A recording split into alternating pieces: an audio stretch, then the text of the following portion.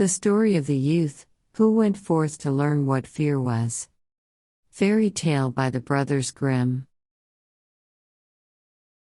A certain father had 2 sons, the elder of whom was sharp and sensible, and could do everything, but the younger was stupid and could neither learn nor understand anything, and when people saw him they said, "There's a fellow who will give his father some trouble." When anything had to be done, it was always the elder who was forced to do it, but if his father bade him fetch anything when it was late, or in the night time, and the way led through the churchyard, or any other dismal place, he answered, "Oh, no, father, I'll not go there, it makes me shudder." For he was afraid. Or when stories were told by the fire at night which made the flesh creep, the listeners often said, "Oh, it makes us shudder." The younger sat in a corner and listened with the rest of them, and could not imagine what they could mean. They are always saying, "It makes me shudder, it makes me shudder." "It does not make me shudder," thought he. "That, too, must be an art of which I understand nothing." Now it came to pass that his father said to him one day, "Hearken to me, thou fellow in the corner there. Thou art growing tall and strong, and thou too must learn something by which thou canst earn thy living. Look how thy brother works, but thou dost not even earn thy salt." "Well, father," he replied, "I am quite willing to learn something indeed, if it could but be managed. I should like to learn how to shudder. I don't understand that at all yet." The elder brother smiled when he heard that, and thought to himself, "Good God, what a blockhead that brother of mine is. He will never be good for anything as long as he lives. He who wants to be a sickle must bend himself betimes." The father sighed and answered him, "Thou shalt soon learn what it is to shudder, but thou wilt not earn thy living by that." Soon after this the sexton came to the house on a visit, and the father bewailed his trouble, and told him how his younger son was so backward in every respect that he knew nothing and learnt nothing. "Just think," said he, "when I asked him how he was going to earn his bread, he actually wanted to learn to shudder." "If that be all," replied the sexton, "he can learn that with me. Send him to me, and I will soon polish him." The father was glad to do it, for he thought, "It will train the boy a little." The sexton therefore took him into his house, and he had to ring the bell. After a day or 2, the sexton awoke him at midnight, and bade him arise and go up into the church tower and ring the bell. "Thou shalt soon learn what shuddering is," thought he, and secretly went there before him, and when the boy was at the top of the tower and turned round, and was just going to take hold of the bell rope, he saw a white figure standing on the stairs opposite the sounding hole. "Who is there?" cried he, but the figure made no reply, and did not move or stir. "Give an answer," cried the boy, "or take thyself off, thou hast no business here at night." The sexton, however, remained standing motionless that the boy might think he was a ghost. The boy cried a second time, "What dost thou want here? Speak if thou art an honest fellow, or I will throw thee down the steps." The sexton thought, "He can't intend to be as bad as his words," uttered no sound and stood as if he were made of stone. Then the boy called to him for the 3rd time, and as that was also to no purpose, he ran against him and pushed the ghost down the stairs, so that it fell down 10 steps and remained lying there in a corner. Thereupon he rang the bell, went home, and without saying a word went to bed, and fell asleep. The sexton's wife waited a long time for her husband, but he did not come back. At length she became uneasy, and wakened the boy and asked, "Dost thou not know where my husband is? He climbed up the tower before thou didst." "No, I don't know," replied the boy, "but someone was standing by the sounding hole on the other side of the steps, and as he would neither give an answer nor go away, I took him for a scoundrel, and threw him downstairs. Just go there and you will see if it was he. I should be sorry if it were." The woman ran away and found her husband, who was lying moaning in the corner, and had broken his leg. She carried him down, and then with loud screams she hastened to the boy's father. "Your boy," cried she, has been the cause of a great misfortune. He has thrown my husband down the steps and made him break his leg. Take the good-for-nothing fellow away from our house." The father was terrified and ran thither and scolded the boy. "What wicked tricks are these?" said he. "The devil must have put this into thy head." "Father," he replied, "do listen to me. I am quite innocent." He was standing there by night like one who is intending to do some evil. I did not know who it was, and I entreated him 3 times either to speak or to go away. "Ah," said the father, "I have nothing but unhappiness with thee. Go out of my sight. I will see thee no more." "Yes, father, right willingly, wait only until it is day. Then will I go forth and learn how to shudder, and then I shall, at any rate, understand one art which will support me." "Learn what thou wilt," spake the father, "it is all the same to me. Here are 50 thalers for thee. Take these and go into the wide world, and tell no one from whence thou comest, and who is thy father, for I have reason to be ashamed of thee." "Yes, father, it shall be as you will. If you desire nothing more than that, I can easily keep it in mind." When day dawned, therefore, the boy put his 50 thalers into his pocket, and went forth on the great highway, and continually said to himself, "If I could but shudder! If I could but shudder!" Then a man approached who heard this conversation which the youth was holding with himself, and when they had walked a little farther to where they could see the gallows, the man said to him, "Look, there is the tree where 7 men have married the ropemaker's daughter, and are now learning how to fly. Sit down below it, and wait till night comes, and thou wilt soon learn how to shudder." "If that is all that is wanted," answered the youth, "it is easily done, but if I learn how to shudder as quickly as that, thou shalt have my 50 thalers. Just come back to me early in the morning." Then the youth went to the gallows, sat down below it, and waited till evening came. And as he was cold, he lighted himself a fire, but at midnight the wind blew so sharply that in spite of his fire, he could not get warm.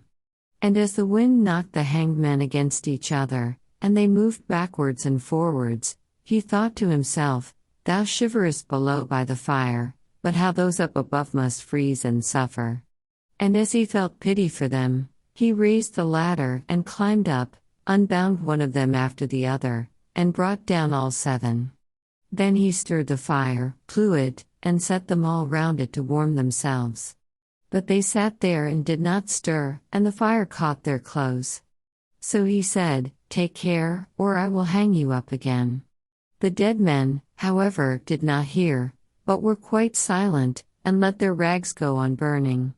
On this he grew angry, and said, "If you will not take care, I cannot help you, I will not be burnt with you," and he hung them up again each in his turn. Then he sat down by his fire and fell asleep, and next morning the man came to him and wanted to have the 50 thalers, and said, "Well, dost thou know how to shudder?" "No," answered he, "how was I to get to know?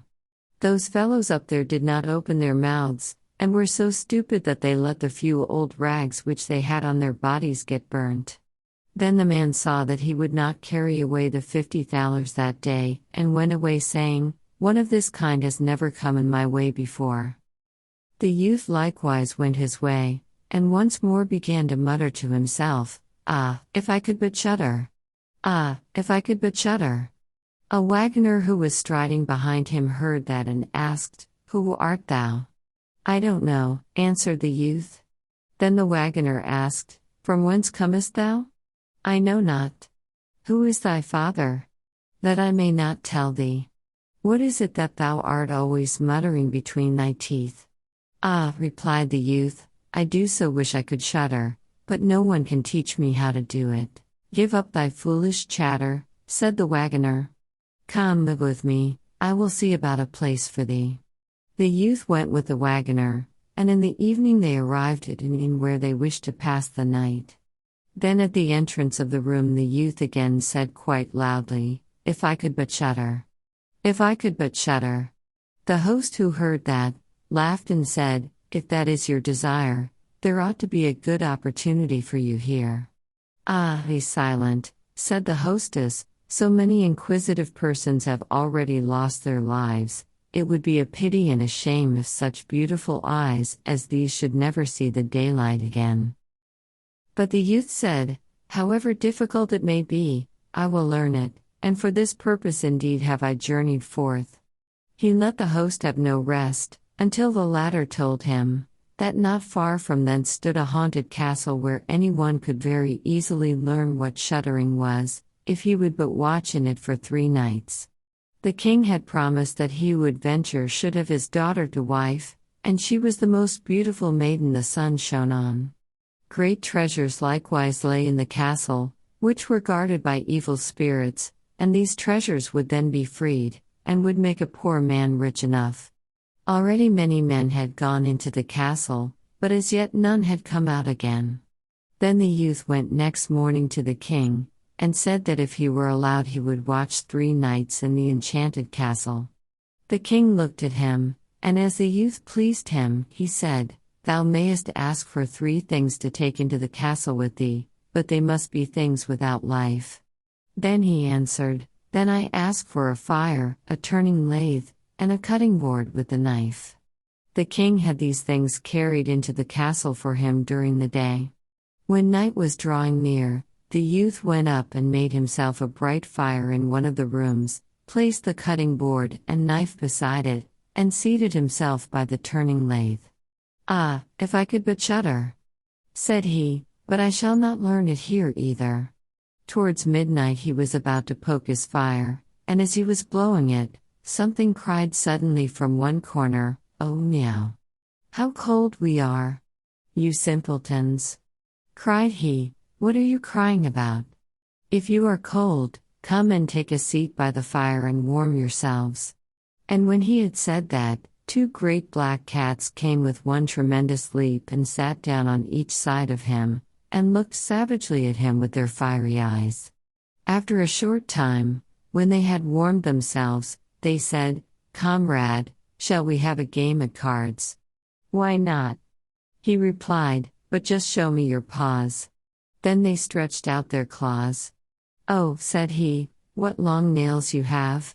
Wait, I must first cut them a little for you. Thereupon he seized them by the throats, put them on the cutting board and screwed their feet fast. I have looked at your fingers, said he, and my fancy for card playing has gone, and he struck them dead and threw them out into the water. But when he had made away with these 2, and was about to sit down again by his fire, out from every hole and corner came black cats and black dogs with red-hot chains, and more of them came until he could no longer stir, and they yelled horribly, and got on his fire, pulled it to pieces, and wanted to put it out. He watched them for a while quietly, but at last when they were going too far, he seized his cutting knife and cried, Away with ye, vermin, and began to cut them down. Part of them ran away, the others he killed, and threw out into the fish pond. When he came back he blew up the embers of his fire again and warmed himself. And as he thus sat, his eyes would keep open no longer, and he felt a desire to sleep. Then he looked round and saw a great bed in the corner. That is the very thing for me, said he, and got into it. When he was just going to shut his eyes, however, the bed began to move of its own accord, and went over the whole of the castle. That is right, said he, but go faster. Then the bed rolled on as if 6 horses were harnessed to it, up and down over thresholds and steps, but suddenly hop, hop, it turned over upside down and lay on him like a mountain. But he threw quilts and pillows up in the air, got out and said, Now anyone who likes, may drive, and lay down by his fire and slept till it was day. In the morning the king came, and when he saw him lying there on the ground, he thought the spirits had killed him and he was dead. Then said he, After all it is a pity, he is a handsome man. The youth heard it, got up, and said, It has not come to that yet. Then the king was astonished, but very glad, and asked how he had fared. Very well indeed, answered he. One night is over, the 2 others will get over likewise. Then he went to the innkeeper, who opened his eyes very wide, and said, I never expected to see thee alive again. Hast thou learned how to shudder yet? No, said he, it is all in vain. If someone would but tell me. The second night he again went up into the old castle, sat down by the fire, and once more began his old song, If I Could But Shudder. When midnight came, an uproar and noise of tumbling about was heard. At first it was low, but it grew louder and louder. Then it was quiet for a while, and at length with a loud scream, half a man came down the chimney and fell before him. Hallo! Cried he, another half belongs to this. This is too little. Then the uproar began again, there was a roaring and howling, and the other half fell down likewise. Wait, said he, I will just blow up the fire a little for thee. When he had done that and looked round again, the two pieces were joined together, and a frightful man was sitting in his place. That is no part of our bargain, said the youth, the bench is mine. The man wanted to push him away. The youth, however, would not allow that, but thrust him off with all his strength, and seated himself again in his own place. Then still more men fell down, one after the other. They brought 9 dead men's legs and 2 skulls, and set them up and played at 9 pins with them. The youth also wanted to play and said, Hark you, can I join you? Yes, if thou hast any money. Money enough, replied he, but your balls are not quite round. Then he took the skulls and put them in the lathe and turned them till they were round. There, now, they will roll better, said he. Hurrah! Now it goes merrily. He played with them and lost some of his money, but when it struck 12, everything vanished from his sight. He lay down and quietly fell asleep. Next morning the king came to inquire after him. How has it fared with thee this time? Asked he. I have been playing at 9 pins, he answered, and have lost a couple of farthings. Hast thou not shuddered then? What? Said he, I have made merry. If I did but know what it was to shudder. The third night he sat down again on his bench and said quite sadly, If I could but shudder. When it grew late, 6 tall men came in and brought a coffin. Then said he, Ha, ha, that is certainly my little cousin, who only died a few days ago, and he beckoned with his finger, and cried, Come, little cousin, come. They placed the coffin on the ground, but he went to it and took the lid off, and a dead man lay therein. He felt his face, but it was cold as ice. Stop, said he, I will warm thee a little, and went to the fire and warmed his hand and laid it on the dead man's face, but he remained cold. Then he took him out, and sat down by the fire and laid him on his breast and rubbed his arms that the blood might circulate again. As this also did no good, he thought to himself, when 2 people lie in bed together, they warm each other, and carried him to the bed, covered him over and lay down by him. After a short time the dead man became warm too, and began to move. Then said the youth, See, little cousin, have I not warmed thee? The dead man, however, got up and cried, Now will I strangle thee. What? Said he, is that the way thou thankest me? Thou shalt at once go into thy coffin again, and he took him up, threw him into it, and shut the lid. Then came the 6 men and carried him away again. I cannot manage to shudder, said he. I shall never learn it here as long as I live. Then a man entered who was taller than all others, and looked terrible. He was old, however, and had a long white beard. Thou wretch, cried he, thou shalt soon learn what it is to shudder, for thou shalt die. Not so fast, replied the youth. If I am to die, I shall have to have a say in it. I will soon seize thee, said the fiend. Softly, softly, do not talk so big. I am as strong as thou art, and perhaps even stronger. We shall see, said the old man. If thou art stronger, I will let thee go, come, we will try. Then he led him by dark passages to a smith's forge, took an axe, and with one blow struck an anvil into the ground. "I can do that better still," said the youth, and went to the other anvil. The old man placed himself near and wanted to look on, and his white beard hung down. Then the youth seized the axe, split the anvil with one blow, and struck the old man's beard in with it. "Now I have thee," said the youth. "Now it is thou who wilt have to die." Then he seized an iron bar and beat the old man till he moaned and entreated him to stop, and he would give him great riches. The youth drew out the axe and let him go. The old man led him back into the castle, and in a cellar showed him 3 chests full of gold. "Of these," said he, "one part is for the poor, the other for the king, the third is thine." In the meantime it struck 12, and the spirit disappeared. The youth, therefore, was left in darkness. "I shall still be able to find my way out," said he, and felt about, found the way into the room, and slept there by his fire. Next morning the king came and said, "Now thou must have learnt what shuddering is?" "No," he answered, "what can it be?" "My dead cousin was here, and a bearded man came and showed me a great deal of money down below, but no one told me what it was to shudder." "Then," said the king, "thou hast delivered the castle, and shalt marry my daughter." "That is all very well," said he, "but still I do not know what it is to shudder."